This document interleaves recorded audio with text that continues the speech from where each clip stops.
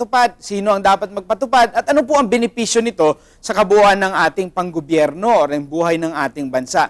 Napakahalaga po kasing pinag-iisipan para hindi po bara-bara ang ating mga ginagawa sa ating bansa. Alam niyo po, naitanong ko na rin po yan sa maraming beses dahil syempre marami po tayong reklamo. Itong kalsadang ito, bakit nga po ito binabakbak, medyo maayos pa, samantalang napakaraming lugar, wala pa talagang sementadong kalsada. At ito pong ating mga polisiya on mining, ang ating polisiya sa ating kababaihan, sa ating kabataan, and poverty. Ito po ba ay tamang direksyon? Alam niyo po, napakalalaking tanong po ito. At syempre, marami pong nagmamagaling at nag-aakusa na mas alam nila ang dapat tahakin ng ating gobyerno. Alam niyo po itong mga katanungan na ito, kailangan ng scientific process para po makapag-desisyon kung ano po yung dapat. Dahil marami naman po talagang options. Marami pong pwedeng gawin. Kailangan po ang pagpili natin ng option or ang pagtimbang ng mga dapat i-prioridad ay matalino ang gumagawa. Kaya po nabuo itong Philippine Institute of Development Studies. Kaya kung nais nyo po malaman kung paano po natin nga pinag-iisipan, pinagdidiskusyonan at sinasaliksik ang tamang dapat ginagawa ng ating bansa, dapat tumutok po kayo sa isang oras. Nagpapasalamat po tayo sa lahat na nagpapadala ng komento at ng katanungan dito sa show na ito. Napakahalaga po nun. At pinapakita nga natin sa ating leader gobyerno, we're concerned that we are focused on what they're doing and we want to engage them para po matupad ang kanilang mandato. Kaya, samahan niyo po ako sa isang oras dito sa At Your Service. You can send in your questions and comments through the numbers provided you. Magbabalik po kami. Diyan lamang po kayo.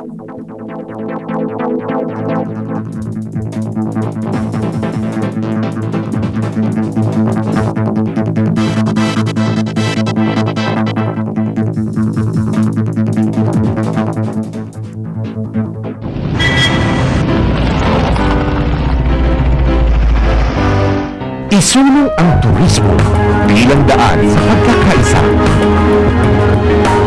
Never before have people and cultures been drawn together as closely as now.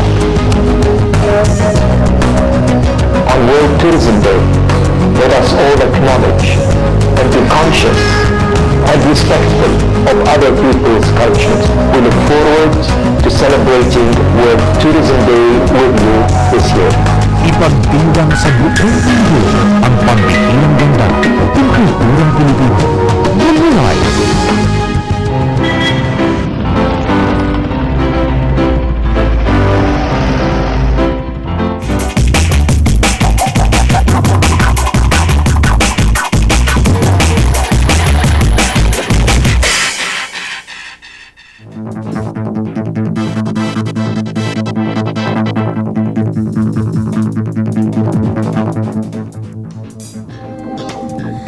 Sa pag-aaral ng Philippine Institute for Development Studies, kaya dumarami ang bilang ng kabataang tumitigil sa pag-aaral ay dahil sa kinakailangan nilang maghanap buhay sa murang edad at mawawalan sila ng ganang mag-aral. Sa tulong ng pananaliksik ng Philippine Institute for Development Studies, kung kaya't binuo ng Department of Education o DepEd ang iba't ibang estratehiya upang muling mahikayat ang mga bata na pumasok at mag-aral sa paaralan. Kabilang narito ang alternative learning system at iba pang reforma sa edukasyon na kung tawagin ay Basic Education Sector Reform Agenda na may layuning mahikayat ang maraming bata na mag-aral at may taas ang kalidad ng edukasyon sa bansa. Katuwang din ng Department of Social Welfare and Development o DSWD. Sagot din ang Pantawid Pamilyang Pilipino program na makapagbigay ng tulong pinansyal sa mahihirap na pamilya. Lahat na ito ay dahil sa gabay ng pag-aaral ng Philippine Institute for Development Studies.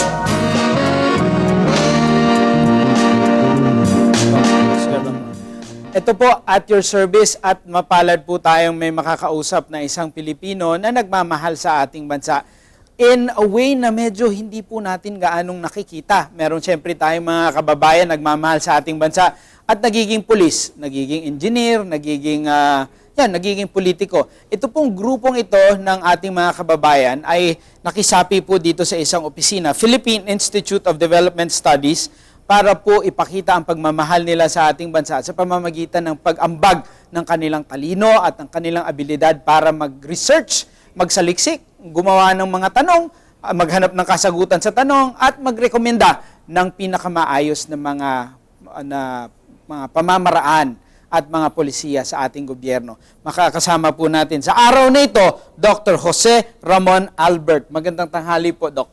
Magandang tanghali rin po sa kanila. Okay, Doc, ang unang question ko po siguro para sa inyo, bukas po ba itong ating administrasyon? Are we open to intelligent researchers and yung mga taong medyo sabihin na natin hindi ganun kabilis, pero nag-iisip, nagsasaliksik, at talagang hinihimay bago po mag-desisyon? Sa aking palagay, nandyan po ang mga ibang mga miyembro ng kabinete na actually humingi nga ng tulong mula sa amin sa mga taga PIDS. Nakikipag-meeting po sila sa amin.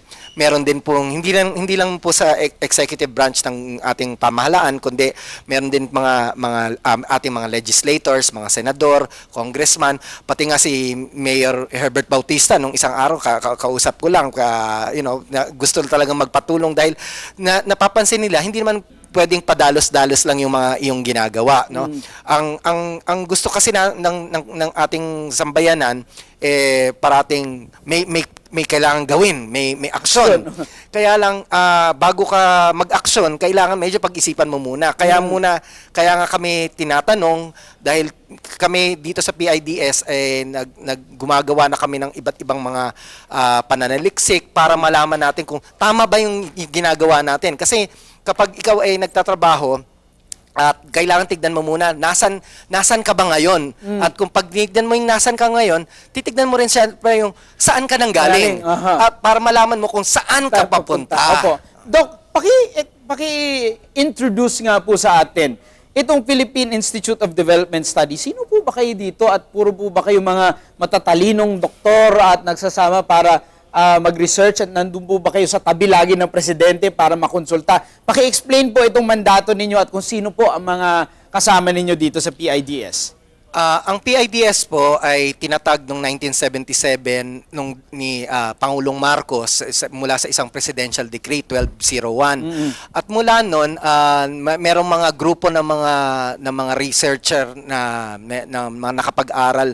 May iba-iba, marami sa amin ay nakatapos ng PhD sa economics sa iba-ibang pamantasan, meron galing sa ibang bansa.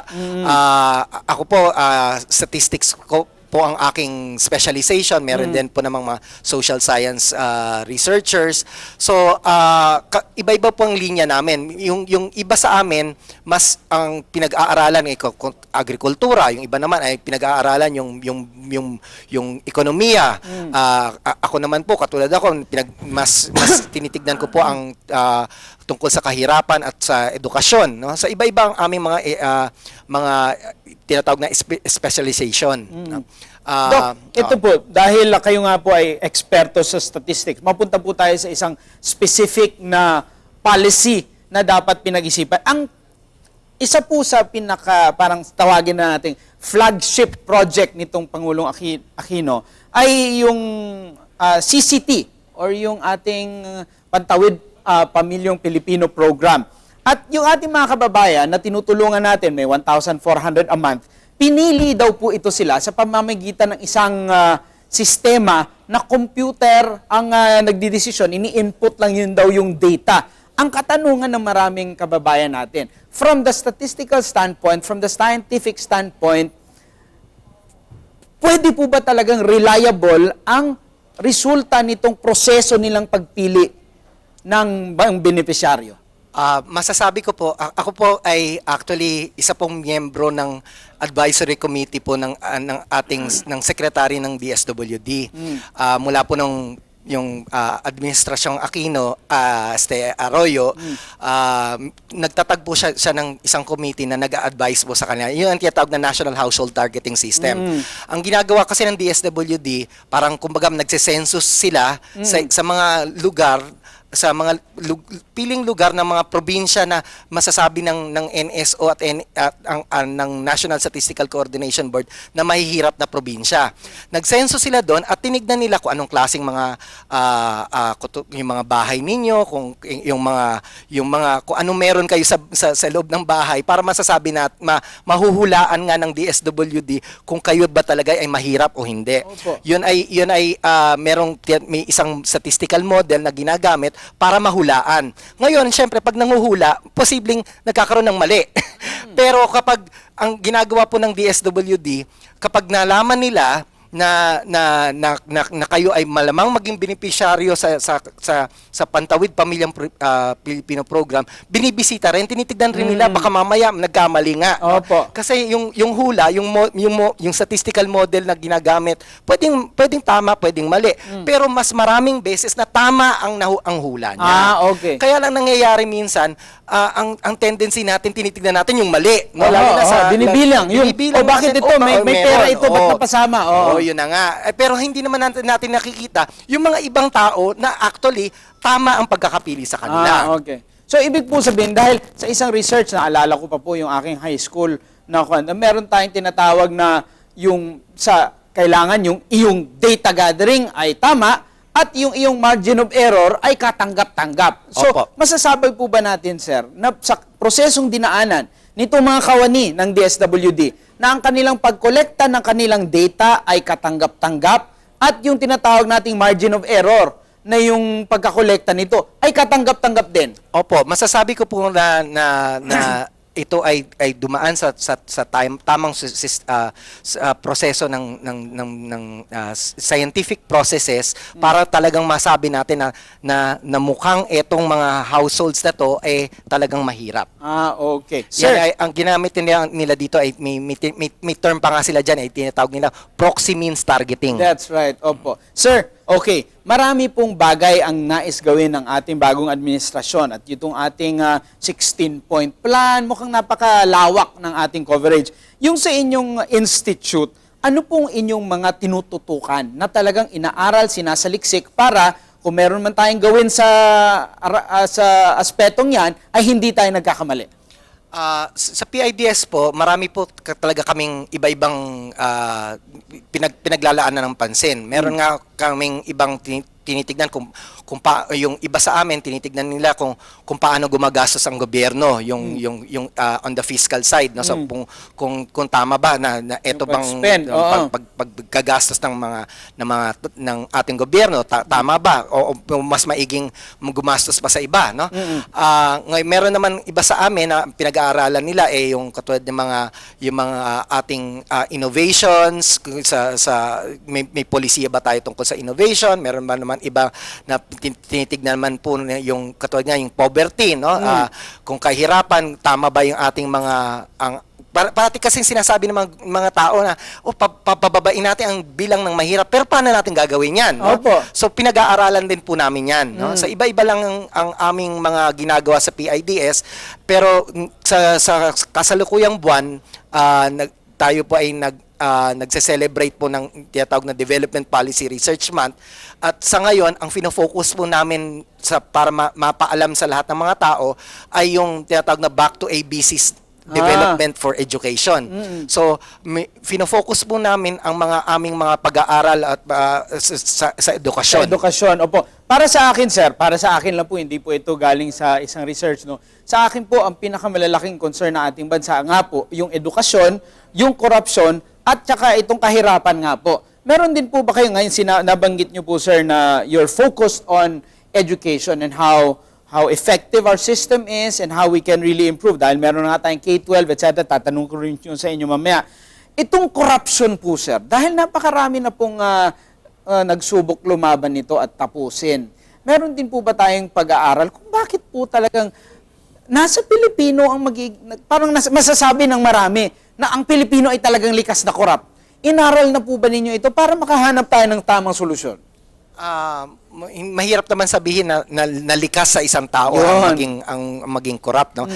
Sa aking palagay, ako naman wala pong systemic na pinag-aralan ang corruption sa PIDS, pero ang sa akin lang po, pag sinabi nating likas sa isang tao ay ganito o ganito, medyo mahirap naman yata natin sabihin 'yun, lalo na sabihin na siguro sa akin ang corruption ay isang bagay na ito ay napapag-aralan rin natin dahil nakikita natin na yun ang ginagawa ng ating mga ibang ginagawa nila, gawin na rin natin. No?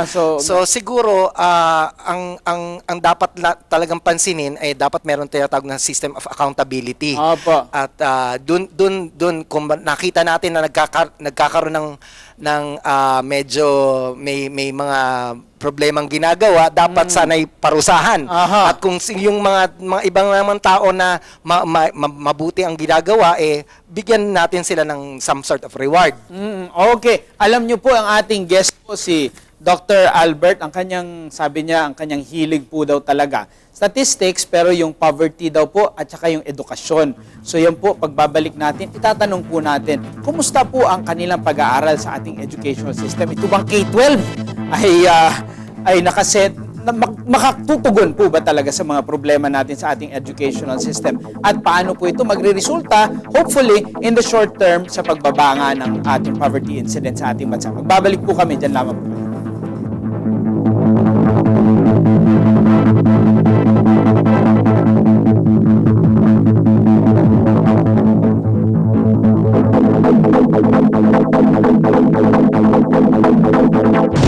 Lahat ng pinakamaiit na balita araw-araw ihahat. Komprehensibo at detalyado. Mga mahalagang kaganapang dapat mong malaman. Ibibigay. Kasama ang mga batikang sina Kathy San Gabriel at Aljo Bendigo. Hatid ang istorya ng buong araw sa isang oras na hitik at mainit na balitaan. Telediario Final Edition. Lunes hanggang Biyernes, alas 9:15 ng gabi.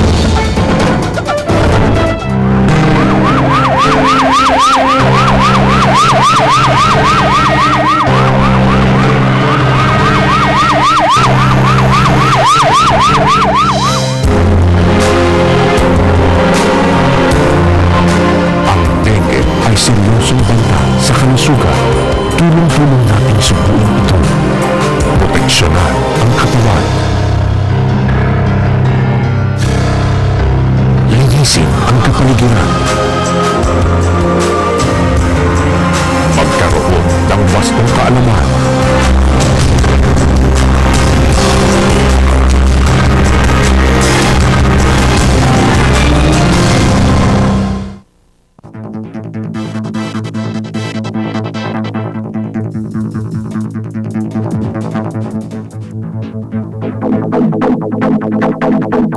Nagbabalik po ang At Your Service. Kasama po natin Dr. Jose Ramon Albert. Napakatalinong tao, isang statistician at nais pong makatulong nga sa ating bansa sa pag-ambag ng kanyang katalinuhan at ang kanyang expertise. Ang kanyang passion daw po is on education at itong poverty reduction. At nabanggit niya earlier that he's actually part of the advisory council of itong Pantawid Pamilyang Pilipino program ng DSWD at ginarantiyan niya na scientifically, tama ang pinagdaanan nitong prosesong ito, pati na po yung pagpili ng benepisyaryo. Sabi niya, posibleng meron nagkamali dahil hindi po siguro nagkamali. Meron po nakatanggap ng kasinungalingan na data na binigay ng kanilang mga beneficiary, kaya meron po tayong error. Pero napakaganda po, binalita naman ng DSWD na even in those cases, meron po tayong pwedeng gawin. Ngayon po, mapunta tayo dun sa huli niyang na-discuss on education.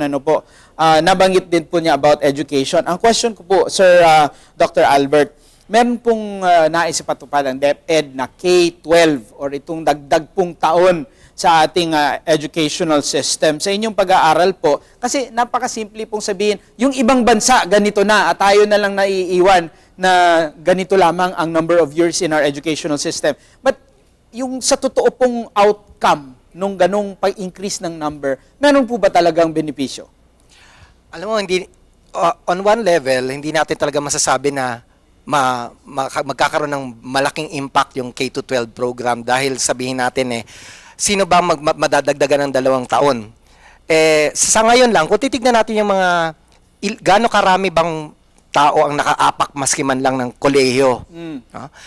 25% halos ng mga tao mula 16-year-old hanggang pataas, no, ang nakaapak ng kolehiyo. So ibig sabihin, balikan natin kung makakatulong man, makakatulong lang yung sa 25%, sa 75% na hindi makakaapak ng kolehiyo, hindi talaga makakatulong 'yon.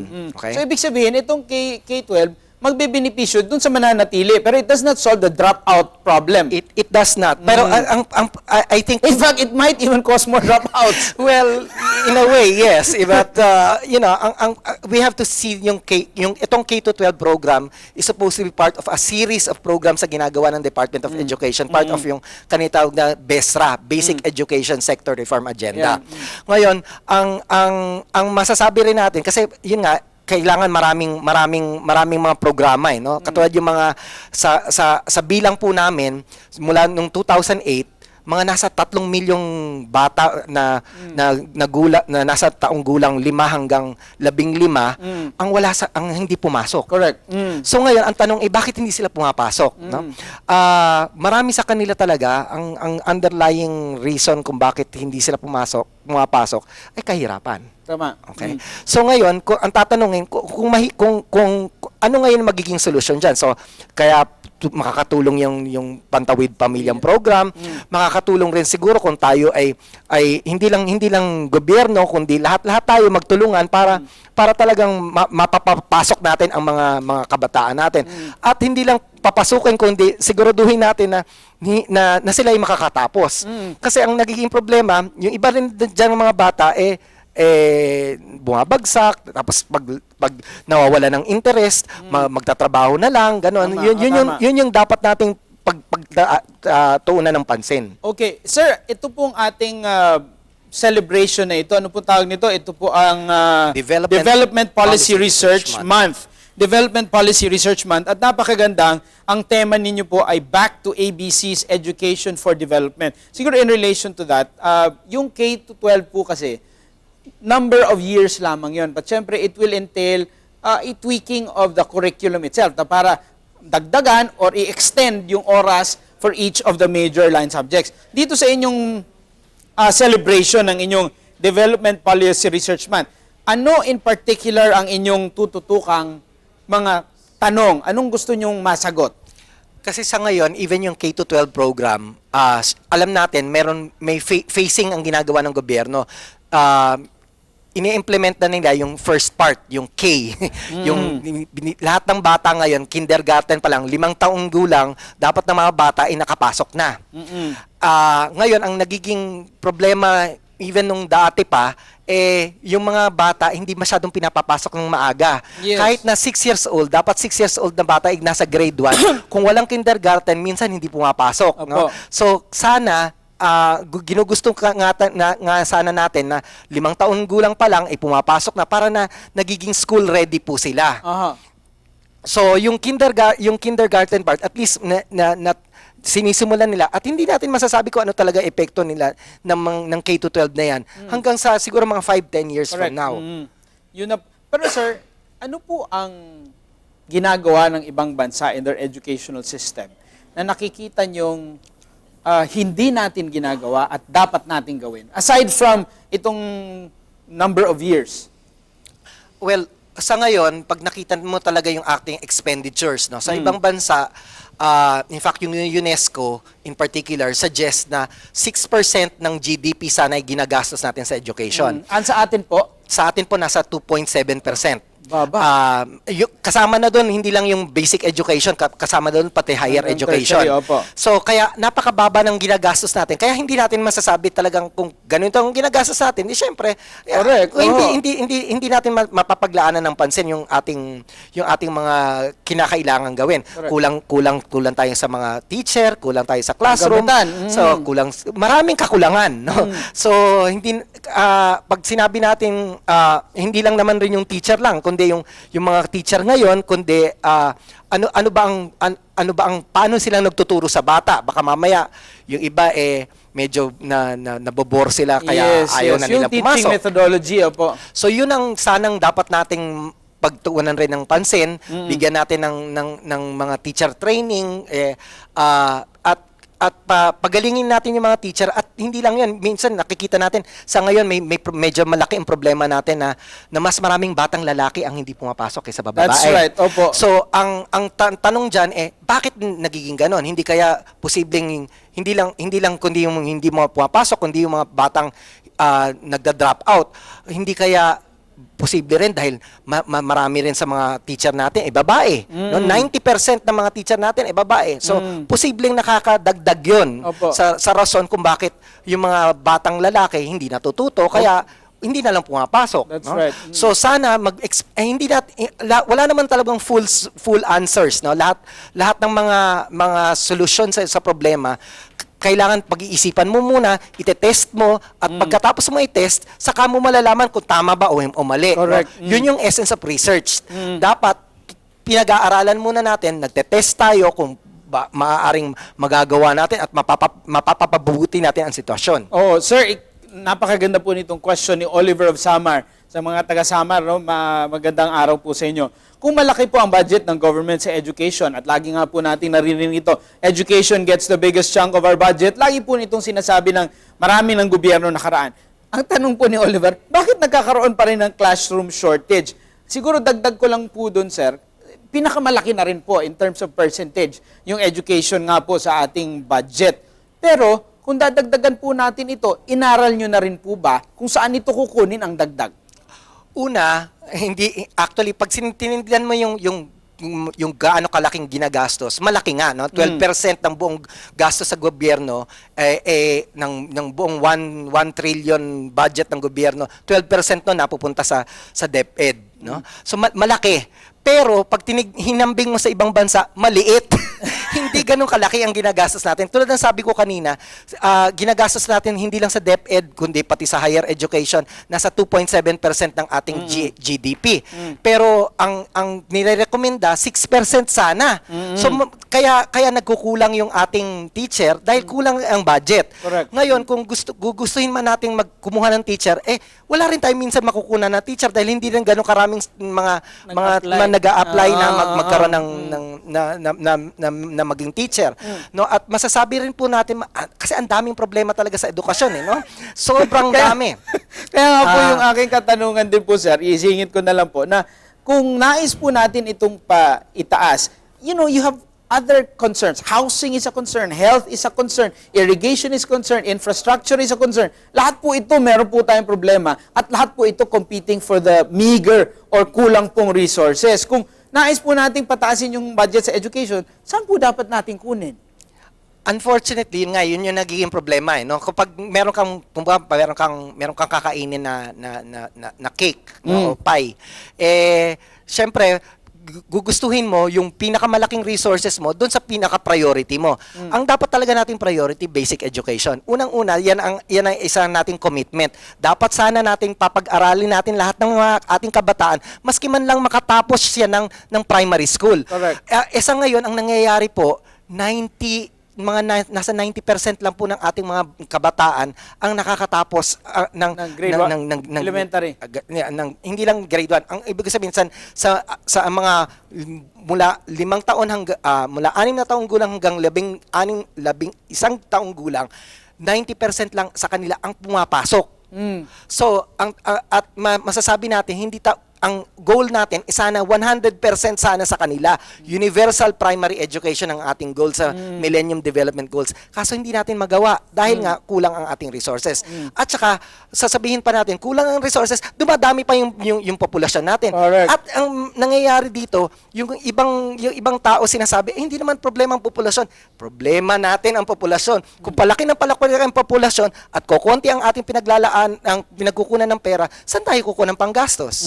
Okay. Alam nyo po, itong mga diskusyong ganito, importanteng pinapakinggan ninyo para po yung inyong mga diskusyon dyan sa mga palengke, mga barbershop at inyong mga kapitbahay, hindi po puro akusasyon lang at wala pong basihan at hindi po pinag-iisipan. Gayahin nyo po itong mga sinasabi ni Doc Albert para po mas magaling kayo sa inyong diskusyon. Sa katanungan po natin, coming from you, our viewers, meron pa po tayong babasahin at marami pa pong ikukwento sa atin si Doc Albert. Diyan lamang po kayo.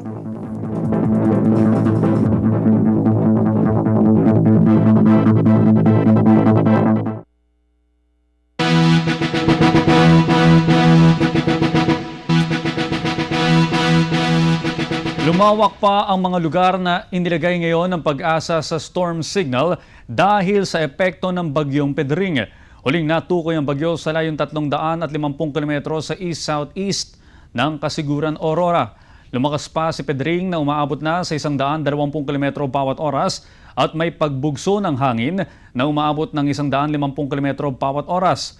Umuusad ito ng pakanluran-hilagang kanluran sa bilis na 17 km bawat oras. Ayon sa pag-asa, posibleng mag-landfall ang bagyo bukas ng alas 8 ng umaga sa Aurora at Isabela.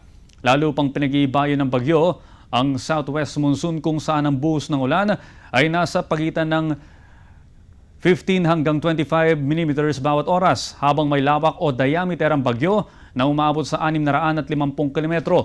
Samantala, ang mga lugar na nasa signal number 2 ay kinabibilangan ng Catanduanes, Sorsogon, Albay, Burias Island, Camarines Sur, Camarines Norte, Quezon, Polillo Island, Aurora, Quirino, Nueva Vizcaya, Isabela, Ifugao at Cagayan, habang nasa signal number 1 naman ang Metro Manila, Masbate, Ticao Island, Marinduque, Batangas, Laguna, Rizal, Cavite, Bulacan, Pampanga, Nueva Ecija, Tarlac, Bataan, Zambales, Pangasinan, La Union, Benguet, Mountain Province, Ilocos Sur, Ilocos Norte, Abra, Kalinga, Apayao, Calayan at Babuyang Group of Islands. Samantala, mas pinatatag pa ng Pilipinas sa China ang kanilang ugnayan para mapataas ang bilateral trade sa Jilin Province, partikular sa agrikultura at palaisdaan. Nakipagpulong na si Agriculture Secretary Proceso Alcala kay dating Chinese Minister para sa Agrikultura na si Sun Xiankai upang pag-usapan ang mga posible pang magawa para sa mga iba pang trade opportunity na makatutulong sa pagpapataas ng kalakal sa dalawang bansa. Nagpahayag si Sun na interesado siya sa mga plantasyon, palaisdaan at mga tropical plants sa Pilipinas. Matatandang isa rin sa prioridad ng Pangulo sa kanyang pakipagtalakayan kay Chinese President Hu Jintao sa kanyang pagbisita noon sa China ang tungkol sa agrikultura ng bansa. At yan po naman ang ating mga balita sa oras na ito. Ako po si Audrey Goriseta.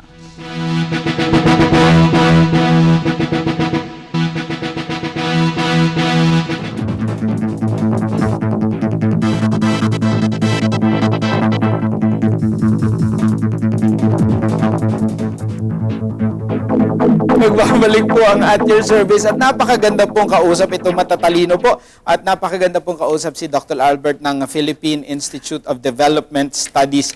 At ang next ko po ibabato na question sa kanya ay galing po kay Larry of Guimaras. Naku, hi mga taga-Guimaras, napakasarap ng mangga dyan sa inyo. Nakaka-epekto daw po ba, Doc, ang pangingibang bayan ng mga professionals gaya ng mga guro sa kalidad ng ating education? Nabanggit nyo kanina, we want to increase the number of teachers but we actually don't have enough talent left. So ano po ang, meron po, is this a real concern? Unfortunately, wala tayong specific na datos. No? So, meron lang tayong haka-haka na talagang nakaka-apekto. Kasi alam natin, yung ibang mga teacher natin, may mga nagiging storya tayo ng ibang teacher, mga public school teacher na imbis na magturo na lang dito, pupunta sa ibang bansa, magiging domestic helper, mas mataas ang sahod kasi nila doon. Siyempre, maisip natin kung talagang paunti ng paunti ang ating talent na natitira dito, talagang may problema. Kaya lang, yun pa yung isang issue. Kasi hindi tayo nag-i-invest properly sa sarili natin. Sana, yung mga scholarships natin na ngayon na nakalaan, mukhang hindi yata properly targeted for the right people. Baski yung katulad nga nan, tinatanong ko, even yung mga thinkers natin, sa mga teacher natin sa mga universities, di ba? Naririnig natin na yung mga university natin, pabagsak ng mga ratings.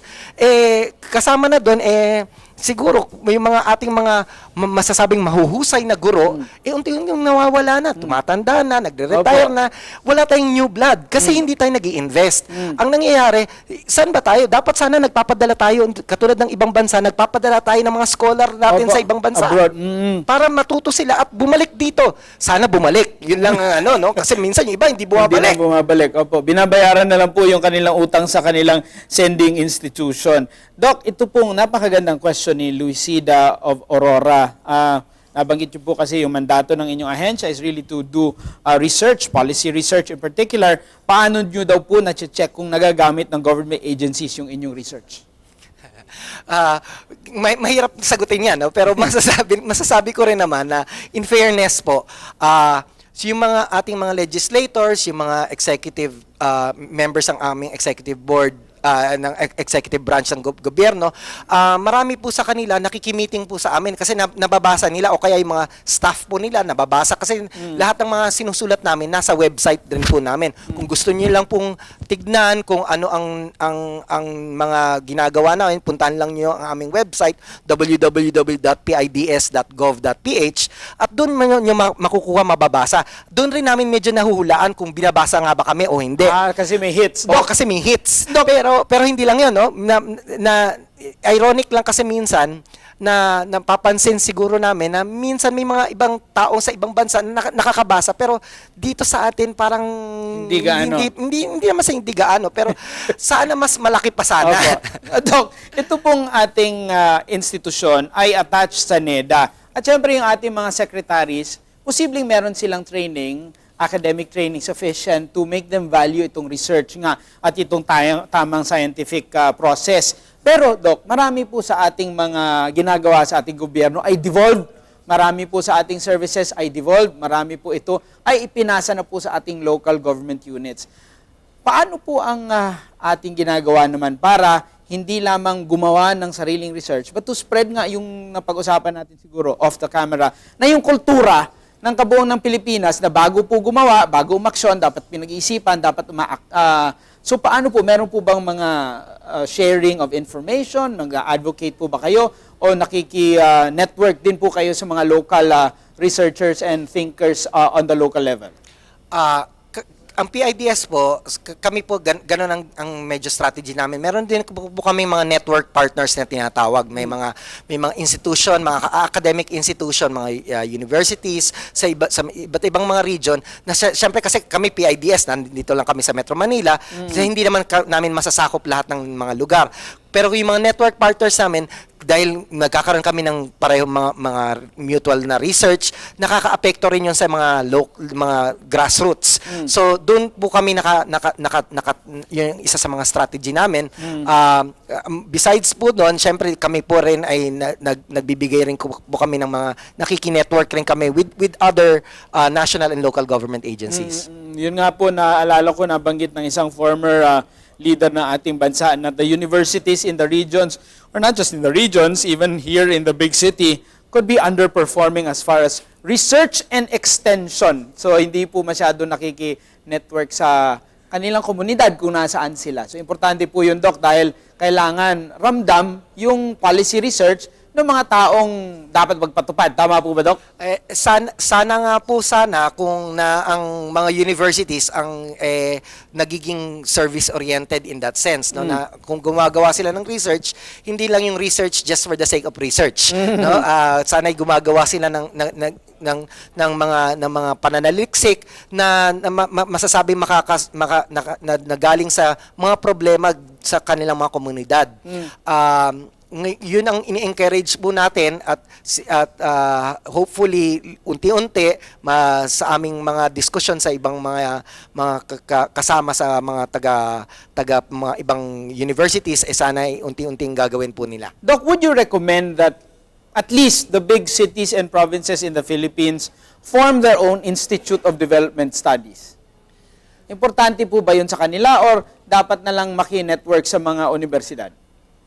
Well, of course, it would be nice if there is capacity. Yun yung nagiging issue kung meron ba silang kakayahan na magkaroon ng mga institutes na ganon, mas maganda. Pero kung hindi naman nila kaya, pwede silang maki-network kasi alam mo ang whole idea ngayon of doing business. Even government itself is doing some business, supposed to be doing service.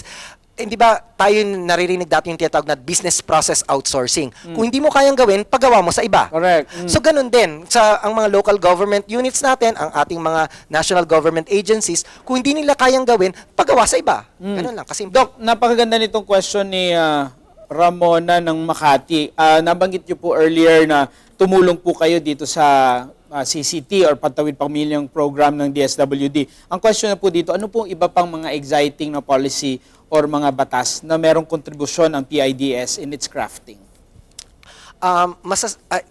hindi ko malalahad po lahat kasi medyo matagal-tagal ang years Siguro of yung mga service, no? landmark Mga 34 years na po kung ang of service PIDS. ang PIDS, no? Pero masasabi po natin yung mga of the recent years, no, may mga programang kunwari na ginawa nung nakaraang administrasyon na pag nasabing na may ginawa sila tapos meron naman kaming sinabing mga research sa amin na sinasabi namin sana baguhin, nakikinig sila, no. Yung iba katulad yung meron kaming sinasabi ng targeting, hindi well targeted, kunwari yung mga programa nila sa pagbibigay ng pagkain, libreng pagkain sa mga kabataan, masyadong magastos at hindi kung binibigay sa lahat at hindi naman dapat binibigay sa lahat kundi sa mga nangangailangan lang. So nasabi namin yun sa dating pamahalaan at nakinig naman sila, nagbago sila. That's good. Doc, ito nabanggit nyo kanina yung question natin on population control. Ito, ibabato ko sa iyo itong question na ito.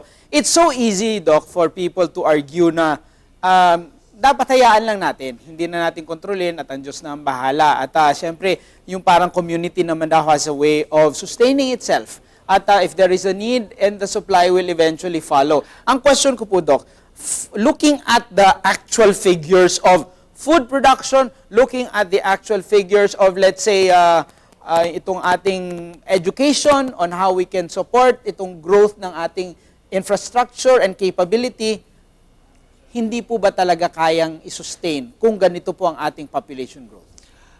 Sa ngayon, masasabi natin definitively kung ganito pa rin ang nangyayari sa ating populasyon, palaki ng palaki, parami ng parami, tapos ang ating mga resources para gumawa ng mga bagong paaralan, gumawa ng bagong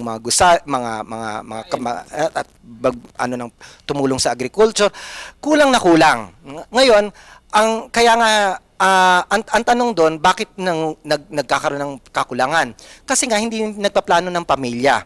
Marami sa mga mahihirap, lalo na ang nahihirapang magplano ng pamilya, wala silang access sa impormasyon at hindi rin na nakakabili ng mga tamang mga pangangailangan para iplano ng kanilang pamilya. Yung mga, di ba, masasabi natin, katulad dyan, sinabi minsan ni Jinky Pacquiao, siya'y bumili ng birth control pill, siya bumili siya, dahil may kakayahan siya. Pero ang mahihirap, wala siyang pambayad. Kaya nga, importante na suportahan sana at once and for all, yung Senate, yung ating gawin ng batas ang reproductive health bill. Kasi yun ang isa sa mga, hindi natin sasabihin na yun lang ang solusyon, pero makakatulong ito. Yung mga sinasabing iba na, pabayaan na lang, hayaan mo, hindi pwedeng hayaan kasi sa ngayon, nagkakaroon tayo ng mga problema sa traffic, magkakaroon ng kung sino man nagsasabing wala tayong problema sa populasyon, maski mo, tumingin ka lang sa paligid mo, makikita mo marami tayong problema dahil sa populasyon. Doc, itong China, nagkaroon po sila ng wild child policy or isang anak lang po ang pwedeng magkaroon ng isang couple. Pero sinasabi nila, the one child policy did not really directly solve their economic problems. They increased their productivity and they suddenly became a superpower. Kaya nasolusyonan yung kanilang problema. Ano po ang inyong tingin dito sa argumentong ito? Actually, mali yun. It was a variety of things. Pero kasama actually ang one-child policy doon sa pagpapaunlad ng kanilang bansa. Noong 1980s, nasa mga 60% ng kanilang bansa sa China ay mahirap. Ngayon, nasa 15%. Ganun lang kasimple. Pag tinignan mo yung trends, nagsimula yun actually nung kinontrol nila yung population nila. Sa ating mga, hindi lang naman China ang titignan mo, pati Thailand. Ang Thailand na halos kapareho natin nung 1960s. Yes. Ngayon, ang layo-layo na nila sa development compare mo sa atin. again, part of it is because meron silang meron silang ginawa sa pagcontrol, hindi man control kundi pagpaplano ng kanilang mga pamilya. Okay, alam niyo po, ang Pilipino, mga 100 million people na po. Ang Thailand, sa aking pagkakalam, 60 million pa lamang. At dahil po gumawa sila ng paraan, kaya mas lumalago po ang kanilang bansa. Isipin nyo na lang po. Pero hindi po tayo ganun kalayo from Thailand. Sa tingin ko lang po, pwede pa rin po tayong humabol. Lalo na po kung gagawan po natin ng paraan itong ating population concern. At syempre, paraguin din po yung ating capability to produce. Magbabalik po po.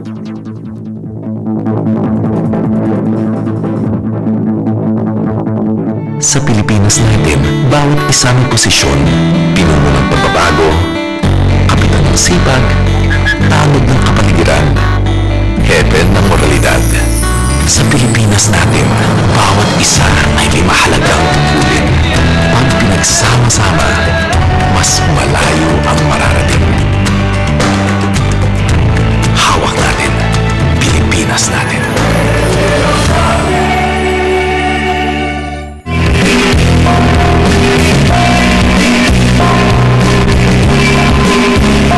Ang lahat ng yan, bibigyang kasagutan. Buhay abroad, ating pag-usapan. Makilakbay, makipagkamustahan, at makijoin na sa usapan. Pilipinas Online. Bantay OCW. Kasama si Susan K. Lunes hanggang Biyernes, alas 10 ng gabi.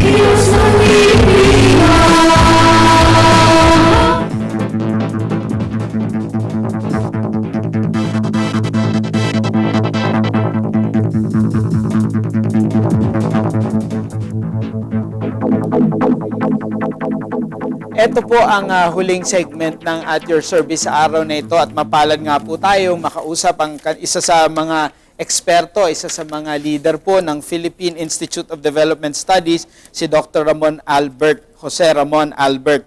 Doc, basahin ko po ang question ni Renalyn ng Intramuros. Isa po akong college student. Kung sakaling kailangan ko po ng data and statistics, makakakuha po ba ako sa PIDS? Dagdag ko lang po sa ano po yung proseso ng pagkuha sa inyo, both from the individual and from institutions? Kung sa data po, meron po sa website po namin, may tinatawag na socio-economic portal na titignan nyo lang po, titignan nyo kung may mga data galing po din po sa ibang agencies. Kasi yung mga agencies na katulad ng NSO, pag gumawa sila mga survey, census, mga resulta nila, pinapakita nila tapos nawawala. hindi mo nakikita yung history, yung tinatawag na time series. Pero sa amin po, nilalagay po namin ito sa aming website at kasama rin doon hindi lang po mga datos, marami pong datos galing sa mga statistical agencies, pati rin mga datos galing sa ibang mga pati mga impormasyon at mga aming mga studies, lahat po naka-archive po yan sa aming website. Okay. Doc, ang atin pong question from Aurelia ng Batangas ay interesting. Mga ilang taon daw po kaya aabutin para maihanay natin ang Pilipinas sa mga unlad na bansa? Granting we do things right. Granting we pass the reproductive health bill. Alam mo, mahirap magkaroon ng crystal ball na ganyan eh. Kasi minsan, unfortunately, maski yung sasabihin mo kung anong mangyayari next month, hindi mo talaga masasabi. Pero ang masasabi natin ngayon is kung pareho pa rin yung ginagawa natin, business as usual, hindi maraming mga bagay sa ating edukasyon, hindi mas dadami yung mga batang mga hindi makakapasok, na maraming mga sanang mga problema na hindi mas matutugunan kung ganun at yun din ang ginagawa natin. Kailangan tayo magbago at paano natin malalaman kung ano yung dapat nating baguhin, tignan natin nakaraan. Okay. Para sa mga magulang na nanonood ngayon or mga bata, itatanong ko po kay Doc Albert. Siya po kasi ay isang eksperto, statistician, doktor po, may PhD siya at nag-aral pa sa Amerika. Alam niyo po, napakarami sanang oportunidad for him to work abroad and even here locally to work with mga institutions na malalaki yung kikitain niya. Ang question ko po para sa inyo, sir, para tularan po natin lahat, ano po, bakit po ninyo piniling tumulong sa gobyerno at gumawa nitong ginagawa ninyo ngayon? Mahirap sabihin. Siguro masasabi ko lang kasi syempre lahat naman tayo gusto natin makatulong, no? Gusto natin magkaroon ng